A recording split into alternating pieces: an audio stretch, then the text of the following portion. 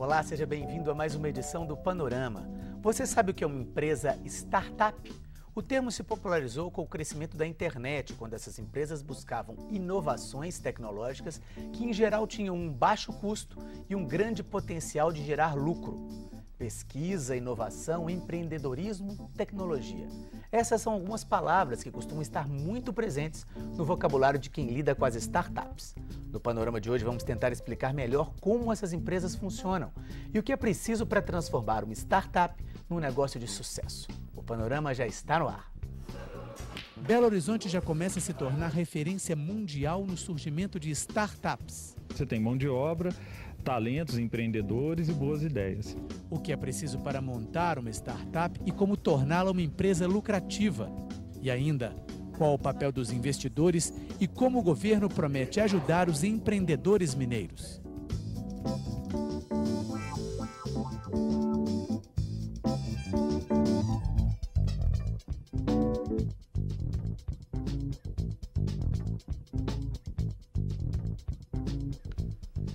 Conosco no estúdio o professor emérito do Departamento de Ciência da Computação da UFMG, Nívio Ziviani, e o gerente de comunicação da empresa Sambatec, Pedro Filizola. Muito obrigado pela presença, Pedro. Prazer. Nívio.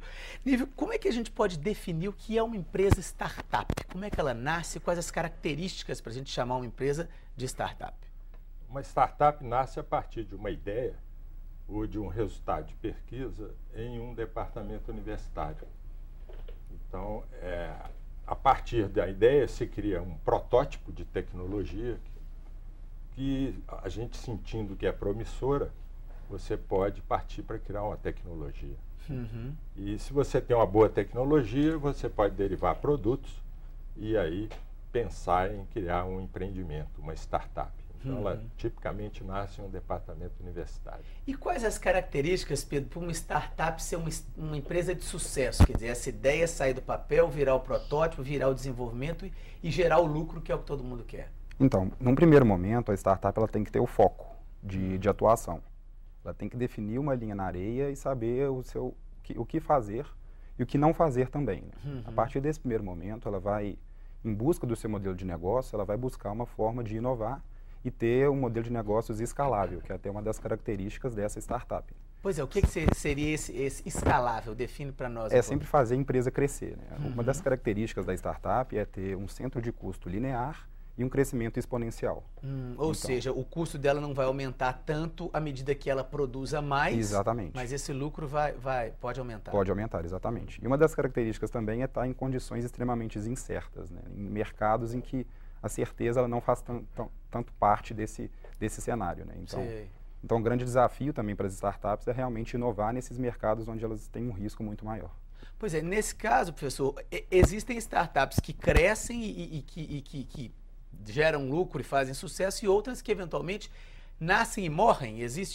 É possível medir essa coisa de cada 100 startups que nascem ou de cada 100 ideias, quantas realmente viram um produto de sucesso e decolam? A taxa de mortandade de startups é alta. Elas nascem, às vezes, de ideias, envolvem alunos, às vezes envolvem alunos e professores. E, muitas vezes, essas ideias podem ser boas ideias, mas depende muito do fato do aluno e professor serem bons empreendedores. O problema do foco, já citado, é muito importante.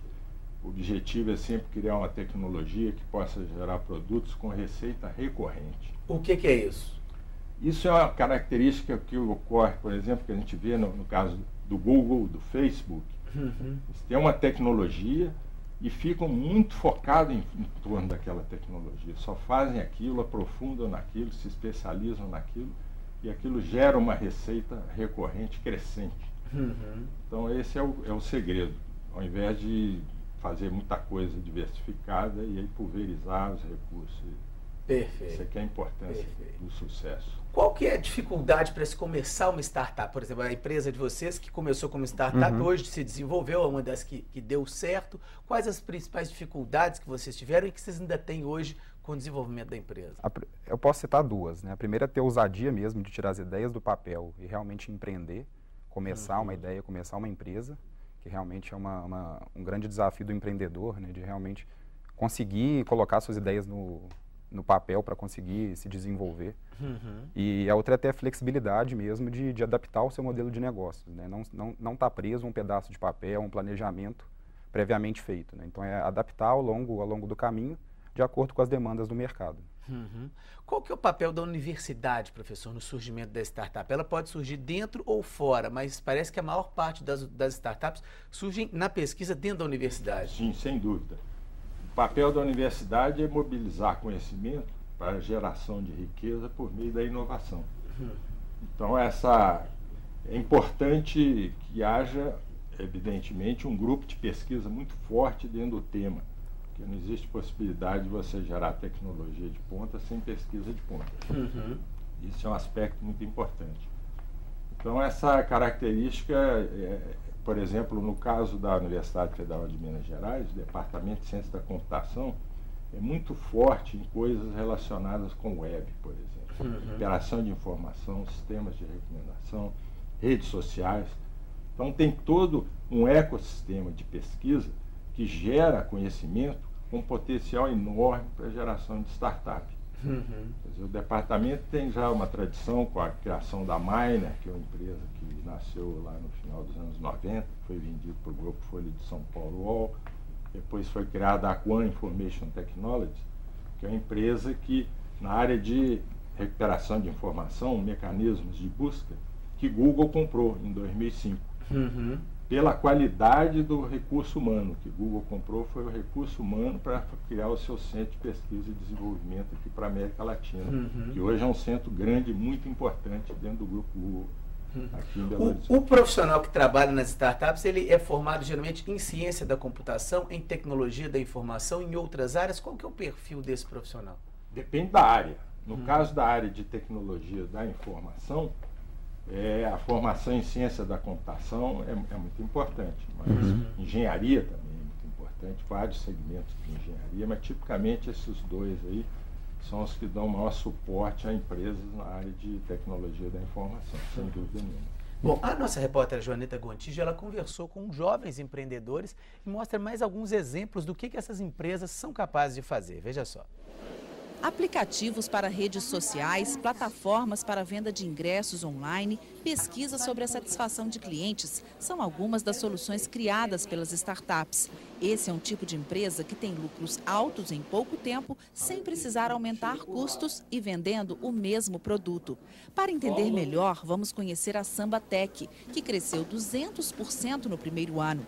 A empresa é hoje referência na América Latina, vendendo um programa que transmite vídeos de empresas para a internet ou celulares. Então imagine que uma empresa não pode utilizar o YouTube como uma ferramenta de treinamento interno, porque tem algumas coisas ali que são sigilosas, né? E que ele precisa manter o controle desse conteúdo. Então a gente criou uma plataforma em que as empresas ou os grupos de mídia também que não querem usar o YouTube podem ter o controle total do seu conteúdo e distribuir esse conteúdo para internet, celulares, essas TVs conectadas. Então a gente criou um software que faz isso, só que ele fica todo na nuvem, né? Ele fica todo na web, você não precisa instalar nada. Bom, Pedro, essa é a empresa que você trabalha, né? A Sambatec, que a partir de uma ideia, de um projeto, cresceu e está aí referência na América Latina. Agora, de onde vem, por exemplo, o aporte financeiro? Isso tem que vir a partir do próprio empreendedor, tem as chamadas aceleradoras, tem os investidores. Como é que isso funciona? Então, isso acontece normalmente através ou do capital próprio do empreendedor, que investe na sua empresa, através de aceleradoras, né, que compram parte da empresa, né, parte das ações da empresa, em troca de um aporte financeiro, de um programa de mentoria, ou até de investidores anjo, que também, da mesma forma, aportam um capital um pouco maior, em troca de uma parcela da empresa. E esse capital é essencial para que a empresa possa encontrar o seu modelo de negócios e assim possa realmente deslanchar o crescimento dessa empresa no mercado. Existe um perfil, professor, são empresas que compram outras empresas, são, entre aspas, investidores que querem ter lucro em cima disso, são pessoas da área que veem já um potencial de crescimento. Existe um perfil aí desse investidor, dessa pessoa que está colocando dinheiro ali, entre aspas, arriscando, né? Porque como a gente falou, existe uma mortandade também muito grande. A pessoa pode apostar errado, talvez. Sim. Ou não. Sem dúvida. O capital empreendedor, eu gosto de chamar de capital empreendedor, não capital de risco, como eu acho que é mal traduzido. Ele hoje existe no Brasil, está crescente, e normalmente existe uma primeira etapa em que, quando a startup está iniciando, existe o chamado angel, né? Que coloca um valor inicial, e se isso dá certo e evolui, você precisa de ter aportes maiores, né? Então você precisa de aí ter a segunda rodada de investimento. Agora, uma coisa que é importante é que, como a startup geralmente nasce num departamento universitário, uma boa parte delas, não todas, existe o problema da propriedade intelectual, que é sempre da universidade. Você tem que ter um mecanismo de transferir a propriedade intelectual, que é da universidade, para a startup. E a UFMG está bem avançada nesse aspecto, porque a gente conseguiu desenvolver um modelo em que a universidade passa a ser sócia da startup. É um modelo bem que ocorre, por exemplo, no MIT, Stanford. A universidade transfere o conhecimento e, em troca, recebe 5% da empresa. E corta o cordão umbilical. Quer dizer, a universidade não tem mais ingerência sobre a empresa. Quer dizer, a empresa ela é apenas uma vida, acionista, vamos dizer assim. É apenas uma acionista. E o fato de ser sócios, a barreira da propriedade intelectual cai. Você pode ter, por exemplo, estudantes de mestrado desenvolvendo tecnologia na empresa, a sua tese passa a ser tecnologia e, ao mesmo tempo, a pesquisa. Alunos de doutorado fazem a mesma coisa. Então, por isso, por exemplo, que os parques tecnológicos procuram ficar sempre perto das universidades. Isso ocorre em grandes empresas também. Google tem um relacionamento muito estreito com Stanford. E Google valoriza muito os seus centros de P&D estarem próximos das universidades, porque é ali que está o conhecimento. E essa troca é extremamente importante para você derivar uma tecnologia de ponta. Porque sem pesquisa de ponta não tem tecnologia. Não tem tecnologia. Nós vamos fazer só um pequeno intervalinho, daqui a pouco a gente vai continuar falando sobre a questão das startups. Você sabia que Belo Horizonte já está sendo reconhecida nacionalmente como um polo de destaque no surgimento de startups? Você vai saber no próximo bloco por que a capital mineira, o que ela tem feito para atrair e reter tantos jovens talentos. É um minuto só, nós voltamos já.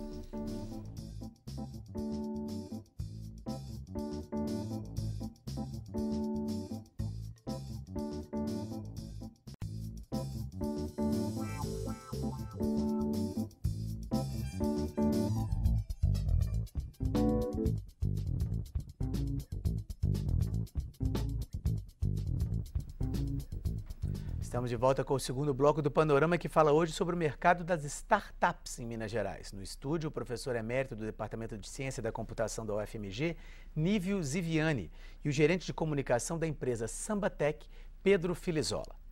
Belo Horizonte já é reconhecida nacionalmente como um polo de startups. Saiba um pouco mais sobre como essas empresas funcionam e por que a capital mineira vem ganhando destaque no setor. Veja só. Ela é uma empresa que está focada em transformar o modelo de negócio dela, que é a fórmula como ela faz dinheiro, como a empresa funciona, num modelo escalável e repetível. Então, o modelo de negócio escalável e repetível está muito ligado à inovação. Quanto mais tradicional, mais parecido com outras empresas eu for, mais travado em modelos anteriores eu já existo. Então, quanto mais inovador for meu modelo, mais fácil de eu conseguir achar um lugar no mercado e crescer rápido. O Brasil já virou um foco de atenção para todo mundo, né? Os investidores, todo mundo já tem olhado para o Brasil. Quando vem para o Brasil, eles veem que o Brasil é mais agora do que Rio e São Paulo só, né? Que tem alguns polos que estão surgindo, e Belo Horizonte se adequou muito a isso aí, né? Virou um polo que realmente atraiu talentos, né? E tem uma universidade de ponta, algumas universidades de ponta, então você tem mão de obra, talentos, empreendedores e boas ideias. Uma cidade que não tem um custo de vida muito elevado em relação a outros polos de tecnologia do mundo inteiro.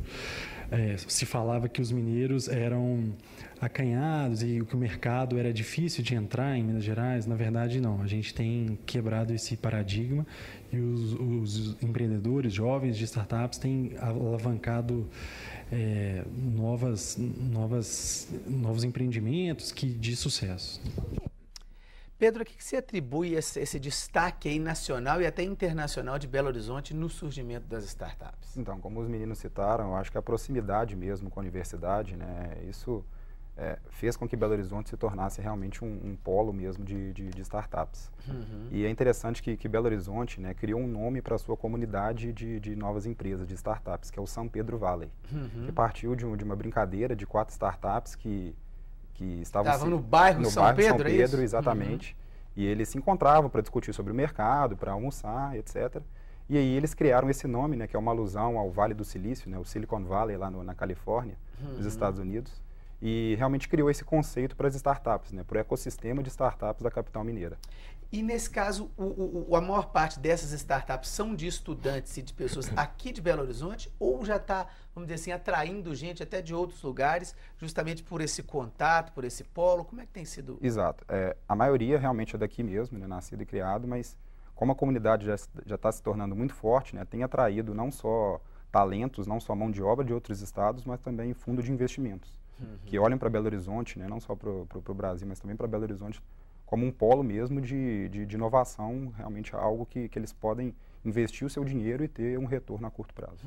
Isso para a cidade, para o estado, isso é bastante significativo, né, professor? Quer dizer, vamos dizer assim, tornando-se esse polo, pode-se atrair aí mão de obra especializada, como o Pedro coloca, ou eventualmente cursos de especialização, ou vira um movimento que pode se tornar espiral aí de atrair mais coisas, ou não? Não, sem dúvida.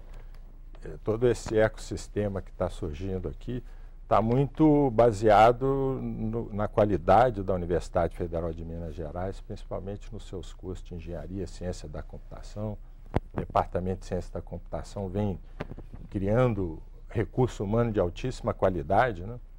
Eu citei o exemplo da Aquan, que foi adquirida pela Google. A Google hoje tem um centro de pesquisa e desenvolvimento aqui em Belo Horizonte com mais de 130 pessoas.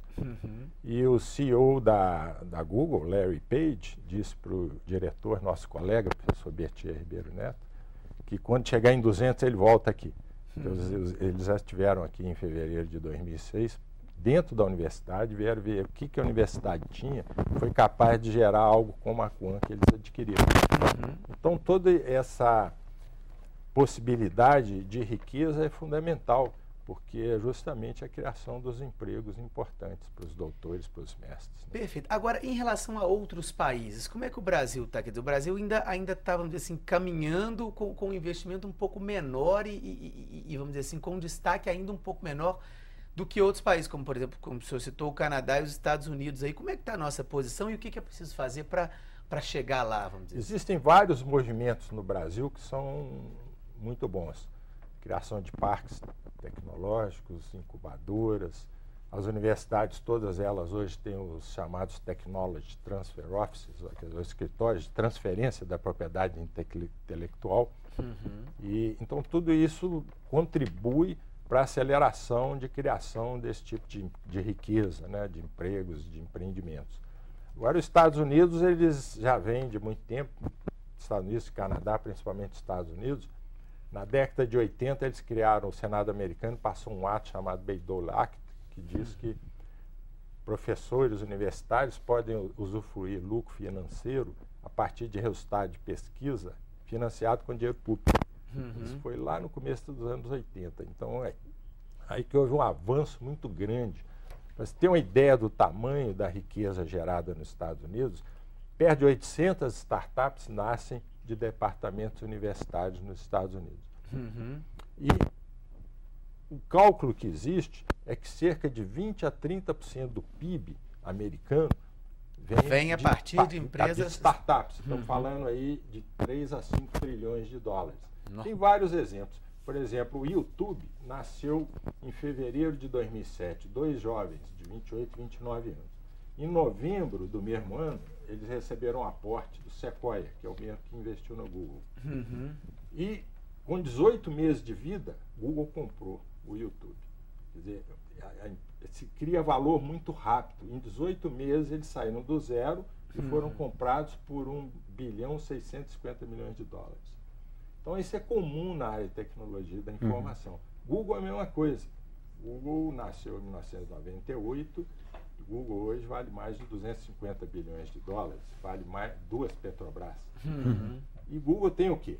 Tem gente só. Só gente, né? Só prédio, gente intelectual, tem um monte de computador que com 2 anos vira sucata, mas lá é um centro de P&D, é uma empresa intensiva em conhecimento. Perfeito. Então, nós estamos caminhando nessa direção, estamos indo muito bem. E também tem alguns fatores no país que contribuem mesmo para o Brasil ser um país quente mesmo para essas startups. O que, por exemplo? Os próprios setores econômicos, né? O Brasil é uma das maiores economias do mundo, né? Um dos maiores mercados de internet, um dos países que mais se gasta online, né? Então, realmente, fundos de investimento estão olhando para o Brasil com outros olhos para poder investir nas nossas startups. E vocês, por exemplo, é uma coisa que hoje a coisa está meio global, né? A gente está em Belo Horizonte, está falando aqui do mercado, mas o olhar de vocês, o fato de estar aqui é porque vocês nasceram aqui e se desenvolveram aqui, mas vocês podem fazer uma sociedade ou ser comprados ou qualquer coisa por empresas do mundo inteiro, vamos dizer assim. A chance, entre aspas, é igual para qualquer lugar. Daí está a própria concepção da startup, está esse modelo de negócios em ser escalável, né? De buscar crescer a empresa, não só dentro da sua limitação regional, mas realmente crescer para o mundo inteiro. Perfeito. Bom, o governo federal abriu um edital para incentivo financeiro às aceleradoras de startups no Brasil. Vamos ver como ele funciona. No final do ano passado, o governo federal anunciou um apoio financeiro a esse mercado. Até 2015, serão liberados 40 milhões de dólares para que empresas chamadas de aceleradoras possam incentivar um crescimento ainda maior das startups. O que a gente faz na aceleradora é trabalhar como um investidor, mas com capital em volume menor, por um percentual também um pouco menor na empresa. A gente ajuda essa empresa a ser mais viável, ou financeiramente para atuar sozinha, ou ser mais viável financeiramente para um investidor entrar. A ideia do governo agora é direcionar uma verba de inovação que já existia e focar no edital para startups. Então, eles estão trabalhar 2 frentes. Aumentar a disponibilidade de dinheiro para os empreendedores de startups e, ao mesmo tempo, profissionalizar o mercado de aceleradoras, tentando ter regras um pouco mais claras e mais distintas para poder dizer, olha, uma aceleradora boa funciona dessa forma. Então, quanto mais aceleradoras funcionarem de forma profissional desse jeito, melhor. E essas 6 que o programa vai selecionar vão receber o dinheiro para dar para as empresas que elas apoiarem. Pedro, como é que você vê você como participante aí de uma startup, esse apoio do governo? Ele é bem-vindo? Ele é suficiente? Ele poderia ser maior? Como é que você... Ele é muito bem-vindo, né? Eu acredito que ainda seja um primeiro passo, né? Porque isso mostra mais do que o próprio dinheiro, isso mostra uma mudança de mentalidade do governo em relação a investir em startups, né? No capital intelectual brasileiro. Né? Mas só para citar um exemplo, né? O governo disponibilizou 40 milhões, né? Alguns fundos de investimento mundiais que estão abrindo seus escritórios no Brasil estão investindo 3 vezes esse valor, né? Então é realmente um primeiro passo, mas a gente acredita que tem muito potencial ainda para investimento governamental nesses tipos de iniciativa. Perfeito. Professor, a gente está caminhando para o final do programa. A gente falou isso, eu disse, por exemplo, do Google que surgiu em 98, do YouTube que surgiu pouco depois, e nesse curto espaço de tempo já houve essa mudança tão grande assim na questão da tecnologia, tudo a partir das startups. O senhor poderia dizer aí o que o senhor imagina para os próximos 5 ou 10 anos? O senhor acredita que o Brasil, a tendência é que o Brasil entre nesse jogo aí para valer e entre competindo bem com outros países? E o que é necessário fazer para que isso aconteça e especificamente com Belo Horizonte aqui, com o nosso polo tecnológico? O potencial brasileiro é imenso, principalmente pela qualidade dos cursos nas diversas universidades federais, as estaduais paulistas e católicas. O potencial é muito grande. Agora, o grande desafio nosso é o entrave que existe de burocracia, legislação muito travada, o custo para você criar uma startup, a parte de emprego, é muito difícil, o risco é muito maior, o tempo que você leva para criar startup, tudo é muito demorado. Então, se o país não conseguir destravar e agilizar, esse problema é um problema grave, é um problema muito difícil. Mas o potencial é enorme. Eu acho que o Brasil, é muito importante observar o seguinte, esse potencial da universidade, ele precisa de ser viabilizado. Com o exemplo que eu citei, porque a UFMG é pioneira de criar um modelo em que estudantes, professores, os dois juntos, anos separados, podem criar startups dentro dos laboratórios da universidade, podem ficar lá dentro algum tempo, e ao se criar uma empresa, normalmente é uma SA, uma sociedade anônima, a universidade fica com um pedaço dessa empresa e todos virariam empresa sócios, vamos dizer assim. Sim, e com isso facilita muito o fato, por exemplo, de você ter estudante de doutorado desenvolvendo tecnologia dentro da empresa, a tese de doutorado é parte da tecnologia. Isso a gente faz muito, fizemos isso já em algumas empresas que a gente tem participado. Fazemos isso na Zunit, que é uma empresa que está no Parque Tecnológico. Por exemplo, tenho alunos de mestrado e doutorado que estão lá. Ao mesmo tempo, eu tenho colegas discutindo, por exemplo, na Universidade de Cornell, problemas tecnológicos da Zunit, nesse momento. Então, existe um potencial muito grande, eu estou extremamente otimista, a gente está caminhando para enriquecer o ecossistema para a criação de startups. Então, eu acho que o futuro é muito bom e vai ser muito bom para o país. Perfeito, eu queria agradecer muito a presença de vocês, queria agradecer a você que nos acompanhou. Nós falamos hoje um pouco sobre as empresas de tecnologia, as startups. Se você quiser rever essa entrevista, veja os nossos horários e se quiser sugerir um assunto, qualquer assunto para a gente debater aqui no Panorama, mande um e-mail para nós no endereço que aparece aí na sua tela. Mais uma vez, obrigado a você que nos acompanhou, obrigado ao Pedro, obrigado ao professor Nívio e até o nosso próximo programa.